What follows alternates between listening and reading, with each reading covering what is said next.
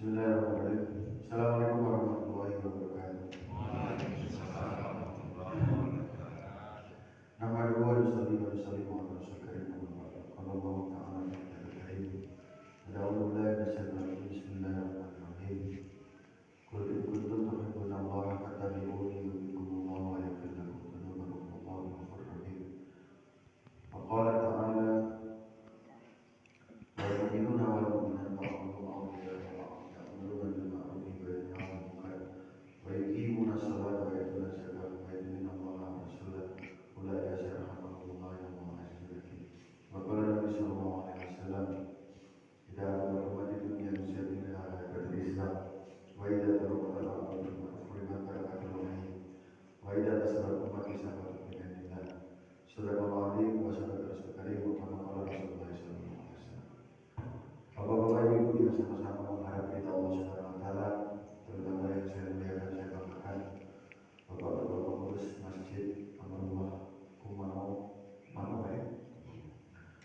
Bapak wali kadari, Bapak ketua mudarat, para tokoh adat, para wakil imam, para ulama asatidz, tokoh masyarakat, ibu-ibu bapak-bapak yang sama-sama mengharap kita Allah Subhanahu wa taala.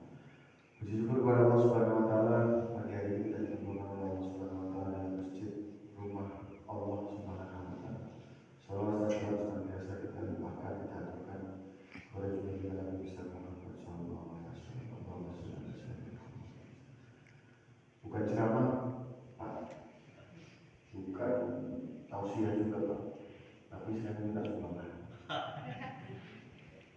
Boleh minta sumbangan, Bu? Boleh, Pak? Jadi 100 sekarang ini kunjungan kami ke 123. Masjid di dalam data itu ada 243 masjid. Musolanya 656. 243 musolanya 656. Ini kunjungan kita ke 123. Kita baru 4 bulan ya Pak ya, baru 4 bulan di sini. Di tiap hari muter-muter. Alhamdulillah. Nah dari yang 122 kemarin kita minta sumbangan nggak dapat pokoknya, nggak dapat Pak. Barangkali di Kumau ini kita dapat sumbangan. Boleh Pak ya? Boleh Bu? Boleh Pak? Kita mau ada rencana Pak. Jadi saya punya proposal, saya mau renovasi. Supaya senang pada kos di tempat saya gitu. Jadi kita mau renovasi karena sempit Pak sekarang, harus diluaskan gitu, diperbesar lah. Karena kalau udah tidur udah berjejer-jejer gitu Pak, jadi kayak enak kasihan. Kita minta semua. Boleh Pak ini? Boleh Pak? Atau sudah di APD? Boleh. Jadi kos-kosan saya bagus Bu. Kos-kosan saya itu lokasinya di tengah-tengah kantor.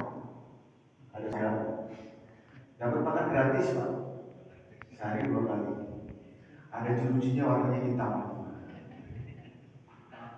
Nah, jadi sekarang sudah mulai penuh Pak. Nah makanya kasihan kan kalau tidur sudah mulai bintang itu. Kita mau rencana renovasi supaya tambah besar, supaya penghuninya tambah banyak. Boleh Pak? Boleh? Hah? Boleh Pak? Oh janganlah Pak, jangan. Bu boleh nggak? Oh jangan. Pak Wali boleh nggak Pak Wali? Rupanya ada berita dari sebelah nih. Jadi 122 masjid Jumat nggak ngasih Pak. Ada bocoran. Jadi sebenarnya keberhasilan polisi itu mengosongkan penjara atau memenuhkan penjara. Tapi faktanya setiap hari Pak tambah. Yang di dalam sekarang 15. Ranking 1 Bu, kemarin bawa ganja 15 kilo. 15 kilo Pak ganja. Kalau daging kurban 15 kilo enak. Bancak. Yang nomor 2 rankingnya kemarin membawa sabu sebanyak 23 paket. 23 paket. Satu paketnya itu bisa dipakai 30 orang. Jadi kalau 23 berarti 690. Satu jorong sini berapa Pak? Penduduknya 800. 2/3 jorong terselamatkan. Karena 609, anggap aja 23, 2/3 jorong diselamatkan. Dia bawa 23 paket sabu. Yang nomor 3 kemarin anak-anak umur 17 atau 16 maling kambing 29 ekor.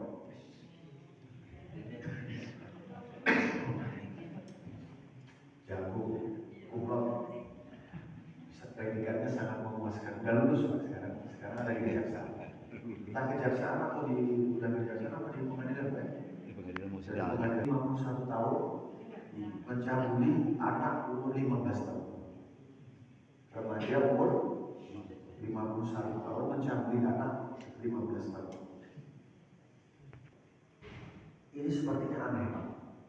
Di tempat kita yang namanya Lubak Nantumu, saudara dengan 50 kota, saudara dengan Agam, ada Sumpah Sakit ke malam-malam, ada namanya asas, ada bahasa di sana, bahasa di kita belum, tapi kok juga harus penjara.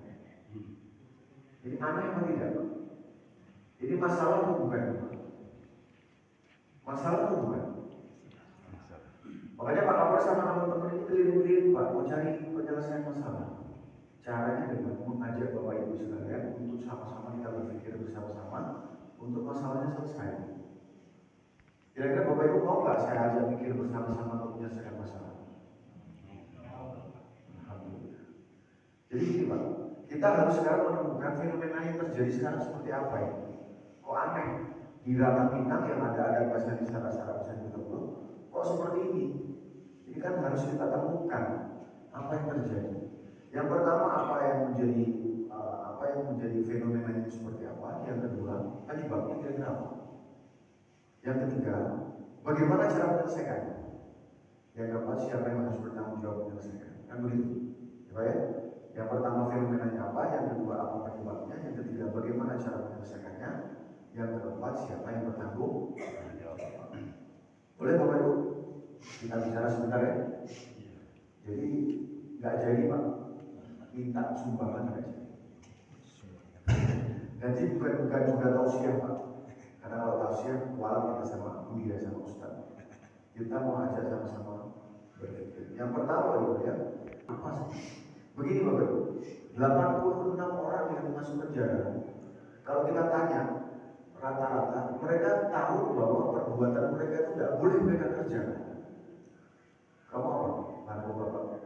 Kamu pikir dengan sungguh-sungguh, boleh nggak kamu itu jualan narkoba? Nggak boleh Pak. Tapi karena ini kan, boleh nggak kamu nyolong ayam, nyolong sapi, nyolong kambing? Nggak boleh Pak. Tapi karena ini, yang nyolong kambing kemarin buat hura-hura, nyolong dapat buat foya-foya, buat traktir teman-temannya. Tapi kalau dia ditanya, nggak boleh. Dia tahu. Jadi zaman jahiliyah. Bapak Ibu tahu zaman jahiliyah zaman apa? Tapi kalau menurut persepsi pandangan saya, jahiliyah itu bukan bodoh. Jahil itu bukan bodoh. Jahil sengaja. Tahu tapi sengaja. Kalau ada anak-anak biasanya anak-anak kita yang hatinya belum kembali kepada zaman terang benderang, masih dalam keadaan jahil. Buktinya apa kita tangkap? Tahu tapi sengaja. Ini fenomena. Fenomenanya betul. Jadi fenomenanya masih dalam keadaan zaman jahiliyah meskipun sudah 2022. Apa yang zaman jahiliyah? Hati. Penyebabnya apa Pak? Tidak bukan penyebabnya sama zaman jahiliyah yang terdahulu. Penyebabnya karena rusaknya agama, rusaknya iman di dalam hati kita. Rusak agama, rusak iman. Mereka berani disebutkan Allah Subhanahu wa Ta'ala. Tahu kalau yang berada di sisi Allah, patung tidak bisa memberi apa-apa, tidak bisa bermanfaat, mereka sengaja rusaknya agama. Sama seperti sekarang Pak, rusaknya agama. Maka sadar bisa selalu di dalam diri manusia ada segumpal daging. Kalau daging itu baik seluruh badannya, kalau daging itu buruk seluruh badannya. Namanya hati. Hati tempatnya iman. Hati tempatnya iman. Jadi Bapak Ibu ya, kalau hatinya bagus, imannya bagus, maka ke bawahnya pasti akan bagus karena Allah. Apa? Hati bagus karena imannya di tempatnya ada imannya bagus, maka ibadahnya pasti bagus, muamalah bagus, muasyarah bagus, akhlaknya pasti akan bagus. Kalau hatinya buruk karena imannya juga buruk, maka ibadahnya pasti buruk, muamalah buruk, muasyarah buruk, akhlaknya buruk. Terbukti Pak, yang jumlahnya 86 ketika sebelum ditangkap semuanya tidak pernah sholat. Semuanya tidak pernah sholat. Tidak melakukan hal itu tercegah. Inna sholat akan menghadiri masyarakat dan muka. Itu Pak ya. Kalau seandainya seseorang itu sholat, maka dia akan tercegah dari masyarakat dan muka. Imannya bagus, ibadahnya bagus, muamalah masyarakat bagus. Ya ada kata-kata lain seperti yang diambil dari Pak Wali. Balikan mereka ke masjid, mengembalikan ketaatan mereka, mengembalikan pembinaan iman kepada mereka. Tidak ada kata lain, kembalikan mereka ke masjid. Kalau saya punya motor namanya juga orang mau ke bengkel, bengkelnya di mana Pak? Tidak patuh, ya. Atau ada mesin kara atau lembah anai gitu. Tidak bisa mandi di bawah air terjun, imannya pulang-pulang jadi langsung bisa sholat subuh berjamaah istiqomah gitu. Jadi cara terbaik, tempat terbaik untuk mengembalikan pembinaan terhadap agama, ibadah, muamalah, masalah itu hanya di masjid. Makanya programnya Pak Kapolres Pak kembali ke surau dengan cara 100% laki-laki balik masuk ke dalam masjid ketika azan berkumandang. 100%. Jangan sampai ada yang tertinggal. 100%. 180. Jumlah masjid dan musholanya di Jorong ini ada berapa? 3, 180 bagi 3. Rata-rata 60. Masjid bisa 60 ke atas, 70 atau 80. Mushola ada ke bawah, 50, 40. Ya kita ambil lah 70. Setuju Pak Wali? Setuju. 70. Laki-lakinya 70 satu masjid. Sekarang yang hadir berapa? 1, 2, 3, 4, 5, 6, 7, 8, 9, 10, 11, 12, 13. Hah? Yang sudah pulang berapa? 3, 15, 16. 70 dikurangi 16. Yang 54 kemana? Sholat di rumah baik sangka. Yang sholat di rumah berapa? Dari 54. Berapa Pak kira-kira? 10, 20. 10 Pak. Yang sholat di rumah 10, 54 dikurangi 10, 44 kemana? Tidur, berarti tidak sholat. Ya Pak. Jangan salahkan siapa-siapa kalau di kampung ini di Jawa ini ada penjahat. Inna sholat datangnya hari masyarakat. Jangan salahkan siapa-siapa kalau di antara 44 ini nanti jadi penjahat. Karena dia tidak ikhlas Pak, Umamo, jorongnya jorong apa ini? Di Jorong Kemang Utara, suatu saat ada orang yang ditahan sama polisi gara-gara melakukan tindak pidana karena dia jadi penjahat. Ikhlas. Nah, kemarin itu Pak, ada penangkapan narkoba. Habis itu datang satu orang, Pak Kapolres, yang kemarin Bapak tangkap itu tetangga Jorong saya dengan bangga. Jangan salahkan siapa-siapa kalau di Jorong Kemang Utara akan ada penjahat. Bisa jadi anak menekan bapak dan ibu. Nanti ngekos gratis di tempat saya. Ikhlas atau tidak? Maka kalau bapak ibu tidak ikhlas, balikkan dia ke surau supaya dia sholat. Dan 100% jangan sampai 44. Satu saja bapak ibu, ada orang tidak sholat di Jorong ini, di Kumang Utara ini, bapak ibu harusnya bingung. Jangan sampai bisa jadi nanti dia jadi penjahat.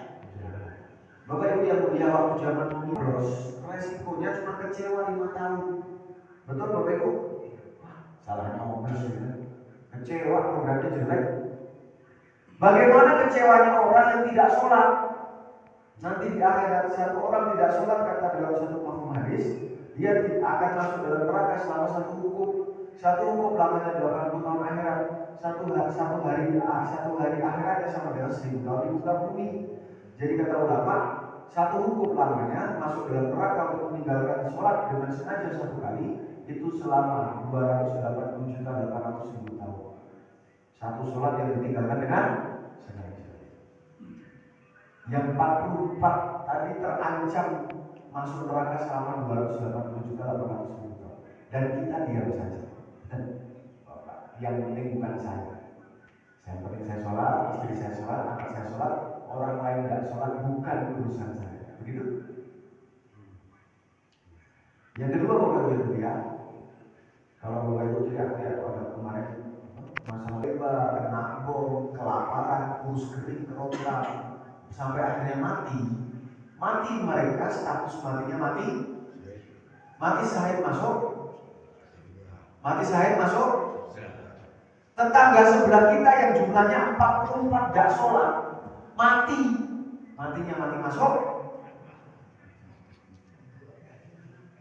Saudara, ada 2 orang kecelakaan, tabrakan, jebret, jatuh. Satunya dengkulnya lecet, satunya kakinya patah. Yang ditolong yang mana dulu? Yang patah. Ada 2 orang mau mati, Pak. Satunya mati mau masuk surga, satunya matinya mati terancam masuk neraka. Yang ditolong yang mana dulu? Yang mana dulu? Saya ulangi, Pak. Ada 2 orang mau mati. Satunya mati mau masuk surga, sudah jelas dijamin mati masuk surga dan mati sakit. Satunya mau mati masuk neraka. Yang ditolong yang mana dulu? Jadi Bapak harusnya lebih kencang teriak-teriak kalau ada warga Bapak, apalagi 44 yang gak sholat. Itu maksudnya. Kok sekarang diam saja? Bukan urusan saya Pak, urusan Pak Wali Pak. Itu urusan ketua masjid Pak, urusan ketua MUI Pak. Begitu? Aneh ini. Giliran Palestina teriak-teriak, giliran ada orang gak sholat di tetangga kita nempel tembok rumahnya dengan kita, gak teriak-teriak. Maka Bapak Ibu ya, cara menyelesaikannya adalah kembalikan ke mereka masjid, dijemput. Tahu Pak? Lihat Pak, masjidnya bagus. Tetapi kenapa tidak datang ke masjid seperti seolah-olah tidak melihat? Sesungguhnya yang buta bukan mata, tetapi hati. Dengar azan Pak, dengar ceramah, dengar ada kajian di dalam masjid, dengar ada ngaji, dengar ada taklim di dalam masjid, dengar. Tetapi seperti seolah-olah tidak dengar. Yang tuli bukan melihat, tetapi hati. Betul? Ada orang buta dan tuli duduk di tengah rel kereta api mau ketabrak kereta. Apa yang kita kerjakan Bapak Ibu? Apa yang kita kerjakan? Ditolong. Caranya? Ditarik Pak. Marah dia kalau ditarik langsung Pak, karena nggak kenal sama kita. Cara terbaiknya, yang pertama kali kita datang ke sana. Nggak bisa orang buta pakai tuli dan tuli pakai pipa, apalagi pakai berkuasa. Saudara di tengah rel kereta api, awas sebenarnya ada kereta, minggir dari situ. Nggak bisa karena buta dan tuli, apalagi pakai mic, apalagi ditepok-tepok, mas, bang, udah ada kereta api modal sebentar lagi minggir, tidak bisa. Buta dan tuli. Caranya terbaik datang ke sana, dielus-elus punggungnya, jangan buru-buru ditarik Pak. Kalau ditarik mukul dia, betul? Caranya datang ke sana, dielus-elus punggungnya pelan-pelan, supaya dia tahu ada yang sayang sama dia. Setelah itu diangkat badannya pelan-pelan, baru dipindah. Saya ulangi, datang ke sana, angkat dielus-elus punggungnya, angkat pelan-pelan, baru dipindah. Bagaimana caranya yang 44 tadi supaya bisa sholat ke masjid? Caranya datang ke sana, bawa lamang tapai, diajak makan bareng, enggak, habisin dulu yuk. Setelah habis kita ke masjid, dielus-elus lah untuk mengembalikan saudara muslim kita balik ke surga dengan cara 100% laki-laki balik masuk ke dalam masjid ketika azan berkumandang. Caranya door to door, dijemput. Pak, itu gaya mana lagi Pak? Kok pakai jemput-jemput door to door Pak? Itu ajaran baru Pak. Bu, coba baca kitab tarikh sejarah, baca kitab Hikayatus Sahabat, cerita-cerita sahabat. baca tentang cerita bagaimana dakwahnya Nabi Muhammad SAW. Dakwahnya Nabi Muhammad SAW mengumpulkan umat, mendatangkan umat cuma 2 kali. Selebihnya mendatangi umat. Dari kabilah ke kabilah, dari kampung ke kampung. Yang hidup semen padang. Apa yang terjadi, Pak? Pulang gak selamat. Pulang gak selamat, Pak. Diinjak-injak kepalanya, Pak. Sambil dibilang munafik, pengkhianat. Pakai kaos oranye tapi teriaknya semen padang. Atau terbalik, bapak pakai kaos merah tapi teriaknya hidup bersejahtera. Sama Pak nasibnya. Pulang-pulang gak selamat, dibilang pengkhianat. Munafik, pengkhianat. Itu gara-gara beda kaos sama ucapan, Pak. Beda kaos sama ucapan. Bagaimana Bapak Ibu kalau kita ini beda ucapan, beda fikir, beda doa, beda tangisan sama Nabi.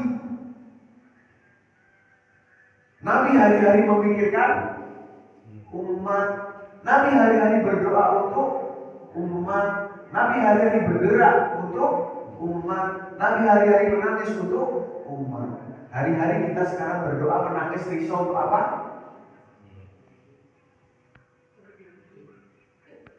Nabi bilang umati, kita bilang piti. Nangis buat piti, bergerak untuk piti, berpikir untuk piti, keluar rumah untuk piti, kan gitu. Nabi umati, kita piti. Ketemu di Telaga Kausar, Pak, mau dikasih air api ya sama Nabi. Umat begitu dekat, tahu dia, tahu Nabi. Kok pikirannya beda dengan saya, kok doanya beda dengan saya, kok geraknya beda dengan saya. Maka akhirnya na'udzubillah min dzalik, bisa-bisa kita dibilang pembiara. Nanti faqad ahabani wa man ahabani kana ma'i fil jannah. Dan yang terakhir Bapak Ibu ya, balik ke surau itu punyanya orang Minang. Betul Ibu? Betul Pak? Anak di pangku, kemenangan dibanting Pak. Kemenangan dibimbing. Orang kampung dipatenggangkan, anak disayang dibawa ke rumah, kemenangan disayang dibawa ke surau. Betul Pak? Sehingga akhirnya tidak ada kamar mereka di dalam rumah, kecuali kamar mereka ada di mana? Sekarang di mana anak kemenangan kita Pak? Saya tanya, di dalam sini. Hah? Di mana anak kemenangan kok nggak sholat? Nggak kelihatan, cuma 2 itu anak kemenangan. Di mana Pak yang lain? Atau tidak ada kemenangan di sini? Ya, yang 44 tadi bukan anak kemenangan, Pak. Kan semuanya kita ini kan anak kemenangan. Anak kemenangan yang umurnya 60, anak kemenangan yang umurnya 40, anak kemenangan yang umurnya 15 kan gitu. Yang 44 tadi juga anak kemenangan. Padahal Bapak Ibu ya, kalau mereka ada di surau, mereka ada di masjid, mereka akan diajari oleh bapaknya, diajari oleh mamanya, datuknya yang ulama, diajari sama orang kampung, diajari dulu di 3 elemen ini. Apa yang diajari? Diajarkan kepada mereka ini apa? Yang pertama agama. Agama itu apa? Tauhid, iman, kalimat la ilaha illallah Muhammadur Rasulullah yang betul, tidak disyirikkan. La ilaha illallah Muhammadur Rasulullah. Yang kedua diajari agama apa ya? Faraid, fikih, sholat, zakat, puasa, sedekah, haji, umroh dan lain sebagainya. Yang ketiga diajari Quran, membaca dan menghafalkan. Jadi nggak ada orang Minang nggak bisa baca Quran. Betul? Yang kedua diajari adat, nama mamanya yang ulama. Apa itu adat? Adat dan sabana adat dan teradatkan, adat diadatkan, adat istiadat Minangkabau. Betul Pak? Diajarinya di masjid. Yang ketiga diajari adab. Apa itu adab? Patah petiti. Nah, tidak boleh kamu manggil. Ada orang lahir duluan di dunia 1 hari sebelum kamu. Tidak boleh kamu manggil nama kecuali kamu panggil udah. Diajari musyawarah untuk menyelesaikan masalah musyawarah kekuatan. Diajari namanya silek, diajari borok, diajari namanya sosialisasi lewat patah petiti adab. Karena mereka tidak ada di masjid, mereka tidak terajarkan tentang adab, tentang agama, tentang adab. Mereka belajarnya dari setan gepeng. Rusak semuanya. Tidak kenal agama, tidak kenal adat, tidak kenal adab. Akhirnya jadi orang yang berbuat maksiat, ditangkap sama polisi. Bapak Ibu yang mulia, mohon maaf Pak Datuk, saya bukan orang jahat, saya bukan orang hina. Tapi rasa-rasanya karena saya sudah terlalu banyak makan lawang tape ya Pak. Udah kayak orang Minang. Jadi Pak Kapolres nggak rela, nggak ikhlas kalau ada bahasa di syarat-syarat bisa kita bilang tenggelam dan terinjak-injak oleh kelakuan kita sendiri. Makanya kita mau angkat Pak dengan cara apa? Balikkan mereka ke surau. Ajarkan mereka tentang perkara ini, adat agama ada. Maka bagaimana 100% laki-laki balik masuk ke dalam surau? Bagaimana caranya Pak? Jemput aja. Bapak datang ke sana ngomong masalah sholat. Bapak datang ke sana isi bensin, tidak ada sholat belum. Nanti sholat berjamaah ya ke masjid ya. Insya Allah berkah. Begitu Pak. Jadi bagaimana setiap orang bisa membicarakan pentingnya sholat kerjakan saja. Yang kedua istiqomah. Istiqomah seperti apa? Seperti iklan. Meskipun semua orang sudah tahu, tetapi harus iklankan. Sampai kapan Pak? Sampai kita mati. Watawasau, sampai kita mati. Itu perintah. Yang ketiga, jangan sekali-kali berpikir hasil. Jangan pernah berpikir hasil. Mau berkali-kali datang, ditolak, dihina, berpikir hasil. Innaka la tahdi man ahbabta, walakinna Allaha yahdi man yasha. Muhammad, kamu datang berkali-kali kepada Abu Thalib pamanmu, tetap tidak bisa kamu kasih hidayah. Yang bisa kasih hidayah adalah kerjakan, berulang-ulang, istiqomah, jangan berpikir hasil. Itu saja dari kami. Bapak Ibu yang mulia, saya mau minta akad, minta akad, insya Allah dijabui Pak ya. Bu, dijabui ya Pak ya. Oleh dijabui 100% laki-laki balik masuk ke dalam masjid. Caranya gampang. Setiap kali kita keliling maghrib sampai isya, nanti keliling door ketok-ketok ibu. Assalamualaikum, mau sholat yuk kita mau sholat, kita ramaikan masjid. Untuk ibu-ibu, kalau bapak-bapaknya belum ke masjid, sementara jangan dikasih jatah. Jatah makan, jatah tidur, yang jangan jatah. Ya Bu ya? Bahaya larinya. Lari. Di tempat lain juga begitu. Bayangkan apa yang terjadi kalau 243 masjid, 656 musola di seluruh tanah datar, semuanya laki-laki baliknya masuk ke dalam masjid. Ketika ada berhubungan, apa yang terjadi kira-kira terakhir? Tidak usah pakai cara-cara lain Pak, pakai cara kita buat. Kata Allah, walau anna ahlul qura amanu wa taqaw lafatahna alaihim barakatin minas samai wal ardh. Kalau seandainya penduduk dalam satu negeri beriman dan bertakwa kepada Allah Taala, maka Allah Taala berikan keberkahan dari atas dan keberkahan dari bawah. Iman minta izin, tidak mau merusak masjid saya Pak, tidak mau mencoba jendela, jebol-jebol tembok, tidak. Saya cuma mau minta izin memotong tiap masjid, boleh? Kenapa tidak boleh Bu? Rubuh masjid. Ini bukannya masjid, punya ibu. Bukan. Kenapa ibu tidak boleh? Mengatakan tidak boleh. Karena ini tanggung jawab kami. Betul? Nabi sudah sampaikan, barang siapa dia tidak sholat dan dia sholat menegakkan agama, kalau tidak sholat dia merobohkan dia. Yang 44 sedang merobohkan dia. Kita diam saja? Tidak. Ini tanggung jawab kami. Untuk perkara tiang masjid saja kita tanggung jawab kami, apalagi tiang maka terakhir kan minta akad Pak ya, dijabut Pak ya, diprogramkan Pak ya, dijemput Pak ya. Berapa lama Pak? 100% lagi balik masuk masjid Pak? 1 bulan? 2 bulan? Nanti kalau Pak Kapolres kesini lagi sudah 100% Pak ya. Itu saja yang perlu saya sampaikan. Terima kasih sebelumnya. Jazakallahu khairan. Yang benar datang dari Allah Subhanahu wa taala, yang salah dari saya sudah dijelaskan. Subhanallah wa bihamdihi, subhanallah wa bihamdihi, asyhadu an la ilaha illa anta, astaghfiruka wa atubu ilaik. Assalamualaikum.